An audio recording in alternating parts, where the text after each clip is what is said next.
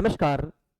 जय हिंद प्यारे दोस्तों। मैं साहिल आप सभी प्यारे दोस्तों का आपके अपने परिवार यूपी क्लासेस प्रयागराज के ऑफिशियल प्लेटफॉर्म पर सभी प्यारे दोस्तों का हृदय से स्वागत है। और सभी मित्र बहुत अच्छे होंगे भाई। खुशखबरी तो है, अच्छी ही खुशखबरी है, क्योंकि आप सबको पता होना चाहिए कि Bihar assistant sub inspector stenographer भर्ती 2025 का नोटिफिकेशन जारी हो चुका है, जिसका आज हम जानेंगे कि भाई कुल पद 305 रिक्त पदों पर भर्तियां होनी है।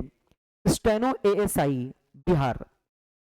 इसमें हम जानेंगे कि फॉर्म हमारा कब से फिलअप होना शुरू हो जाएगा, क्या सर हम एलिजिबल हैं इस एग्जाम के लिए फॉर्म फिल करने के लिए या नहीं। सर एज क्या हो सकती है, एससी एसटी, मैं एससी एसटी से हूँ, ओबीसी से हूँ, जनरल कैटेगरी से हूँ, है ना। तो सर क्या हो सकता है, सिलेक्शन प्रोसेस क्या हो सकता है, संपूर्ण जानकारी इस वीडियो के माध्यम से मैं आपको देने वाला हूं। और एक बहुत बड़ा प्रश्न कि सर मैं स्टेनो, हिंदी स्टेनो की तैयारी कहां से करूं, क्या सर आपका स्टेनोग्राफर का कोई foundation level, Hindi steno short hand का कोई फाउंडेशन लेवल का कोर्स है क्या। मैं कहूंगा यस, मेरा कोर्स है। और हमारे कोर्सेस बहुत अच्छी मात्रा में भी सारी चीजों को कराई गई हैं, जिसमें बेसिक प्लस एडवांस सब कुछ बताएंगे। ए टू जेड संपूर्ण जानकारी होगी, लेकिन बने रहेंगे आप तब। आइए देखिएगा, सबसे पहले मैं आप सबको बताना चाहूंगा कि बिहार एएसआई स्टेनो भर्ती 2025 फॉर्म डेट क्या है, इसके बारे में जानेंगे। एलिजिबिलिटी क्या है, एज क्या है, सिलेक्शन प्रोसेस में सिलेबस ही आपका यही होगा कि भाई सिलेबस के अकॉर्डिंग अगर हम चलेंगे तभी तो हमारा सिलेक्शन होगा ना। बिल्कुल, तो आप जानेंगे सब चीज। आइए देखते हैं सबसे पहले बिहार एएसआई स्टेनो भर्ती, जिसका फॉर्म डेट यानी आज तो है 16 दिसंबर 2024, तो कल दिनांक 17 दिसंबर 2024 से फॉर्म फिल होना शुरू हो जाएगा। और ये 17 जनवरी 2025 तक फॉर्म फिल होगा, यानी हम कह सकते हैं एक महीने तक आपका फॉर्म फिलअप होगा। लेकिन आप एक महीने तक का वेट ना करिए। यदि आपके पास सब कुछ डॉक्यूमेंट्स वगैरह है, फीस वगैरह अच्छी खासी आप देके आप इसमें क्या करिए भाई, फॉर्म फिल कर दीजिए अपना। टाइम मत सोचिए कि मैं 17 जनवरी 2025 को भरूंगा, फिर साइट व्यस्त हो जाती है। इस कारण कभी कभी ऐसी भी स्थितियां हो जाती हैं कि फॉर्म फिल नहीं हो पाता। देखिएगा, एलिजिबिलिटी की अगर मैं बात करूं तो डियर खुशखबरी यही है कि आप 12th पास होने चाहिए। किसी भी भाई विश्वविद्यालय से, किसी भी विद्यालय, मान्यता प्राप्त विद्यालय से आपका भाई 12th पास हुआ होना चाहिए। और आपके पास कंप्यूटर का कोई डिप्लोमा भी हो, जैसे ट्रिपल सी हो गया, ईटीसी, जो भी कंप्यूटर से रिलेटेड किसी मान्यता प्राप्त विश्वविद्यालय से कंप्यूटर का आपके पास डिप्लोमा होना जरूरी है। आगे देखते हैं, अब हम बात करेंगे एज को लेकर। सर एज कब से काउंट होगी, क्योंकि उन लोगों के लिए बड़ी दिक्कतें हो जाती हैं जिनकी एज काफी ज्यादा हो गई है। तो आप सब याद रखिएगा, जो एज काउंट होने वाली है ना, वो 1 अगस्त 2024 से एज काउंट हो रही है। यानी हम कह सकते हैं कि 1 अगस्त 2024 को आप 18 वर्ष की आयु पूरी कर लिए हों, 18 वर्ष की आयु पूरी कर लिए हों। और देखिए, और 1 अगस्त 2024 को आपकी आयु 25 वर्ष से अधिक ना हो, 30 वर्ष से अधिक ना हो, 27 वर्ष से अधिक ना हो, 28 वर्ष से अधिक ना हो। ये कैटेगरी वाइज है। देखिए, जो जनरल कैटेगरी से अनरिजर्व कैटेगरी के लोग हैं, उनके लिए जो एज की आयु सीमा निर्धारित की गई है, कम से कम भाई 18 वर्ष पूरा कर लिया हो, 25 वर्ष से अधिक ना हो। एससी एसटी चाहे मेल हो चाहे फीमेल हो, दोनों के लिए कम से कम आयु 18 और अधिक से अधिक आयु 30।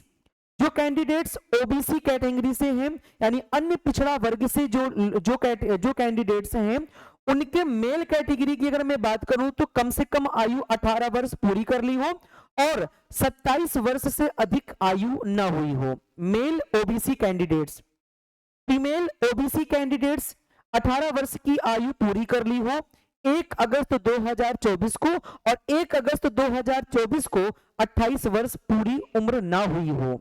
ठीक है, तो आपने देख लिया अलग अलग कैटेगरिया की अलग अलग आयु सीमा निर्धारित की गई है, लेकिन आयु सीमा निर्धारित किस डेट से की जा रही है, तो आप सभी लोग याद रखिएगा कि 1 अगस्त 2024 से आयु सीमा निर्धारित की जा रही है। ठीक है, आगे बढ़ते हैं, एज भी आपका क्लियर हो गया होगा। अब बात करते हैं हम लोग सिलेक्शन प्रक्रिया।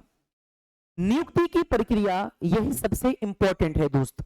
देखिएगा नियुक्ति आपकी कैसे हो जाएगी, आप जब पेपर देंगे, पेपर कैसे होगा उसी चीज को समझते हैं।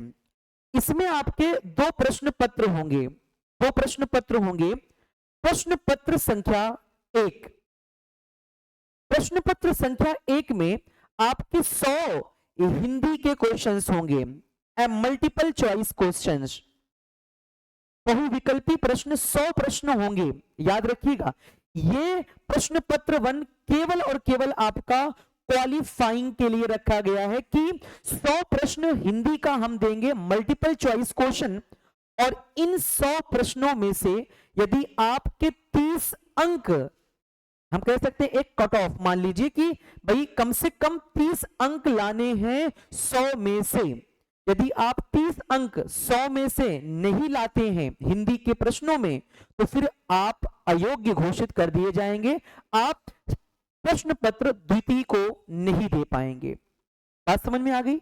आगे देखिएगा, प्रश्न पत्र द्वितीय वही व्यक्ति दे पाएगा, वही कैंडिडेट्स दे पाएगा जिसने हिंदी के 100 प्रश्नों में से 30 अंक लाया हो या उससे अधिक। 30 अंक लाना तो अनिवार्य ही है। आगे देखिएगा प्रश्न पत्र द्वितीय, इसमें जीके जीएस, करंट अफेयर्स। अच्छा हाँ, यहां पे देखिएगा प्रश्न पत्र 1 में यानी इन हिंदी के 100 प्रश्नों को सॉल्व करने के लिए 1.5 घंटे का टाइम आपको पूरा पूरा दिया जाएगा। प्रश्न पत्र द्वितीय में जीके जीएस और करंट अफेयर्स के दोनों को मिलाकर 100 प्रश्न होंगे, हर प्रश्न 2 नंबर का होगा। यानी अगर एक प्रश्न 2 नंबर का हो रहा है तो 100 प्रश्न कितने नंबर पे हो जाएंगे भाई? 200 नंबर के होंगे। और याद रखिएगा जो फाइनल कट ऑफ बनेगी, जो कट ऑफ आपकी निर्धारित होगी दोस्तों, वो 200 नंबर पर ही बनेगी, क्योंकि ये तो आपका क्वालिफाइंग हो गया। स्टेनो में भी तो आपका स्टेनो का जो स्किल टेस्ट है उसमें तो आपकी मिस्टेक्स 5% मिस्टेक्स अलाउड रहेंगी, बस 10% मिस्टेक्स अलाउड रहेंगी। ये आपका जो कट ऑफ होगा ये इसी पर बनेगा। यदि जो कैंडिडेट्स इन प्रश्न पत्र 1 प्रश्न पत्र 2 दोनों को मेंटेन कर लेता है, तो याद रखिएगा यहां पे एक नोट दिया गया है कि लिखित परीक्षा, ये आपकी लिखित परीक्षा थी, परीक्षा प्रश्न पत्र 1 प्रश्न पत्र द्वितीय, लिखित परीक्षा प्राप्त अंक द्वारा 6 गुना अभ्यर्थियों को चयन किया जाएगा। यानी 305 पद हैं, तो हम कह सकते हैं 3 छंग 18, 5 छंग 30, 1830 कैंडिडेट्स आपके जाएंगे स्टेनो स्किल टेस्ट के लिए। अब आगे देखिएगा, चलिए आगे देखिएगा। अब जब आपने लिखित परीक्षा दे लिया, अब मेन बचता है आपका steno skill test, steno skill test clear करना। इसमें क्या होता है दोस्तों कि आपको shorthand, Hindi shorthand आना चाहिए। अभी मैं बताऊंगा कि शॉर्ट हैंड आप कहां से सीख सकते हैं, हमारा कोर्स है, आप निश्चिंत रहिए आप। ठीक है, इसमें आपको हिंदी डिक्टेशन बोला जाएगा, यानी आपके सामने एक साउंड होगा, स्पीकर होगा, उसमें 1 मिनट में 80 शब्द प्रति मिनट के हिसाब से बोला जाएगा डिक्टेशन। वो डिक्टेशन लगातार 5 मिनट तक बोला जाएगा। तो टोटल शब्द कितने हो गए? 400 शब्द। यानी 5 मिनट में आपको 400 शब्द बोले गए, जिसको आपको सुनकर आपको कॉपी पर लिखना होगा। जब मान लीजिए ये आपकी स्टेनो की डायरी है, इस पे आपने ये यूं इस प्रकार से ये स्टेनो लिख दिया। अब इसको लिख दिया आपने ना, इसी कॉपी यानी स्टेनो लिखी हुई चीज को, जो आपने लिखा है, इसको देखकर आप पढ़ें। 2 मिनट का टाइम दिया जाएगा इसको करने के लिए, पढ़ने के लिए। जब आपने वॉइस रिकॉर्डिंग के माध्यम से आपने सुन लिया, फिर इसको जो आपने लिखा हुआ है ना, इसी चीज को देखकर आप ये बताइए कि आपने लिखा क्या है। उसी चीज को देखिए क्या लिखा है, उसको टाइप कर डालिए 20 मिनट में। यानी हम कह सकते हैं कि 20 मिनट में 400 शब्द आपको टाइप करने हैं। स्टेनो टाइप नहीं करना है, स्टेनो आपने कॉपी पर लिखा है, उस स्टेनो को देखकर कंप्यूटर डेस्कटॉप पर हिंदी में टाइप करना होगा, स्टेनो टाइप नहीं करने हैं। स्टेनो जो आपने लिखा हुआ है उसको देखिए कि मैंने क्या लिखा हुआ है, उसी को देखकर आप हिंदी में ट्रांसलेट करिए, तभी आपकी मिस्टेक्स। और याद रखिएगा 400 शब्दों में से आपकी केवल और केवल 10% मिस्टेक्स अलाउड हैं। यदि आप 10% से 11%, 12% मिस्टेक्स कर डालेंगे तो आपको इस एग्जाम के लिए अयोग्य घोषित कर दिया जाएगा, यानी आपको हटा दिया गया, फेल कर दिया गया। आपकी मिस्टेक्स 10%, 400 शब्दों का 40 गलती होती है। 40 में से आप कोशिश करिए कि कम ही कम गलती हो, 40 से अधिक गलती ना होवे। ठीक है दोस्तों, यहां तक बातें आपको क्लियर हो गई है। आगे बढ़ते हैं। फिर उसके बाद अगला प्रोसेस क्या होगा, फिर आपको पुनः आपको हिंदी टाइपिंग करनी होगी। पुनः स्टेनो के बाद जो आपने हिंदी टाइपिंग किया वहां पे, स्टेनो को देखकर जो टाइप किया वो अलग है, ये अलग है। हिंदी टाइपिंग आपको आनी चाहिए, इंग्लिश टाइपिंग आपको आनी चाहिए। दोनों की स्पीड, यानी आपकी स्पीड इतनी हो कि आप 1 मिनट में 30 शब्द प्रति मिनट टाइप कर पाए, चाहे फिर वो हिंदी में हो चाहे फिर वो इंग्लिश में हो। यानी आपको 10 मिनट का एक टाइमर चल जाएगा, आपके सामने टाइमर चल जाएगा कि 10 मिनट में एक पैसे जाएगा आपके सामने कि इसको आप टाइप करिए। 300 शब्द आपको टाइप करने रहेंगे पूरे के पूरे 10 मिनट में। यदि आप 10 मिनट में 300 शब्द टाइप नहीं कर पाएंगे तो इस भर्ती के लिए आपको अयोग्य घोषित कर दिया जाएगा। हाँ, मान लीजिए आपने 30 शब्द प्रति मिनट के हिसाब से 10 मिनट में 300 शब्द टाइप कर दिया, क्या सर गलती भी कोई छूट मिलेगी? बिल्कुल मिलेगा। यदि आपने 300 में से 5% मिस्टेक किया, यानी हम कह सकते हैं 300 का 5%, 2 जीरो कट गए, 3 पंजे 15, आपकी 15 गलती मान्य रहेगी। 15 गलती अगर आप करते हैं हिंदी में उसके अंदर, तो मान के चलिए आप सिलेक्शन के लिए बिल्कुल तैयार हैं। लेकिन इंग्लिश के लिए 10% मिस्टेक्स अलाउड हो जाती हैं, यानी हम कह सकते हैं 300 का अगर आप 10% लेंगे दोस्तों तो टोटल हो जा रहा है 30 शब्द। यदि आप 300 में से गलत करते हैं तो आपका सिलेक्शन रहेगा। 30 के ज्यादा, आप 30 शब्द से ज्यादा गलती कर डालेंगे भाई तो फिर आप अयोग्य घोषित कर दिए जाएंगे। ये बात आपको क्लियर हो जानी चाहिए। आगे देखिएगा, उसके बाद कंप्यूटर की जांच की जाएगी आप एग्जामिनर के द्वारा।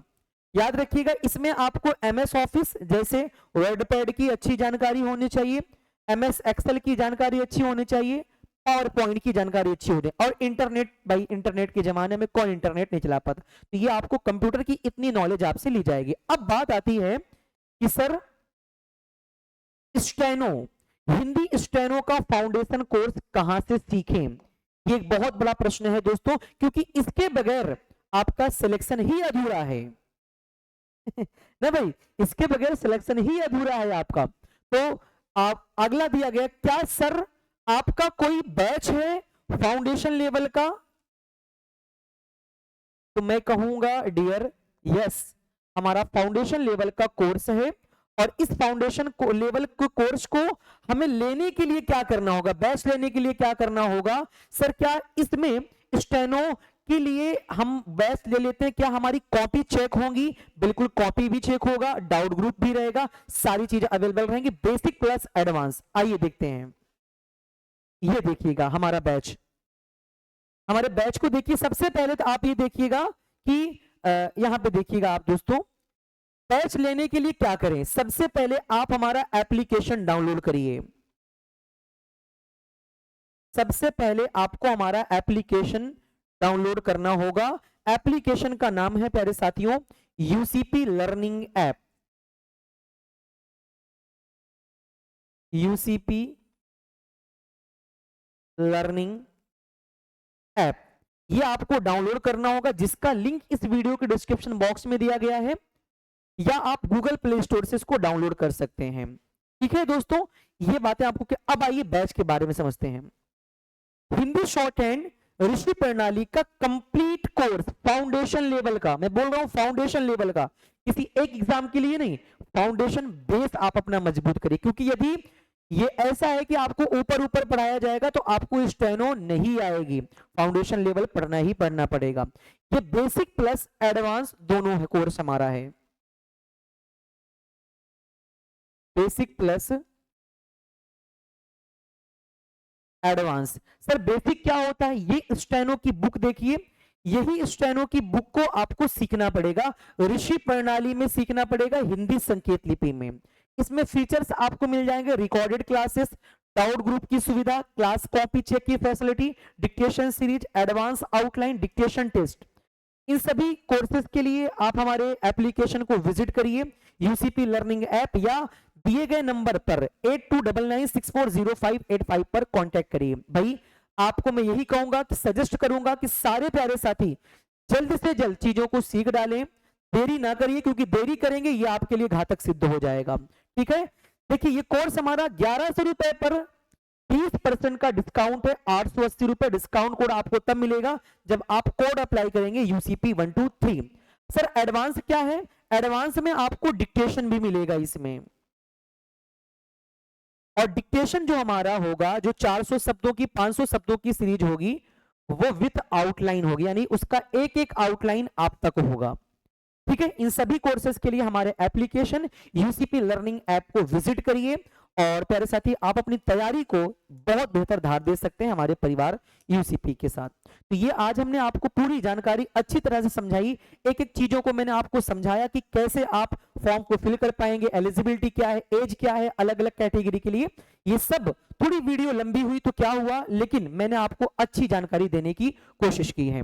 ठीक है दोस्तों, चलिए फिर कोई नया नोटिफिकेशन आता है, जानकारी आती है, तो मैं इस पे समय समय के साथ चीजों को अपडेट करता रहूंगा। ठीक है, यदि क्लासेस समझ में आई हो, मित्र वीडियो समझ में आई हो, तो एक दूसरे के पास जरूर शेयर करिएगा, क्योंकि आपके सपोर्ट आपके समर्थन से हमारा परिवार बड़ा होगा। ठीक है, हमारा प्रणाम कहिएगा बड़े बुजुर्गों से, और आशीर्वाद देने को बोलिएगा इस भाई को। Thank you, all the best, जय हिंद, जय भारत।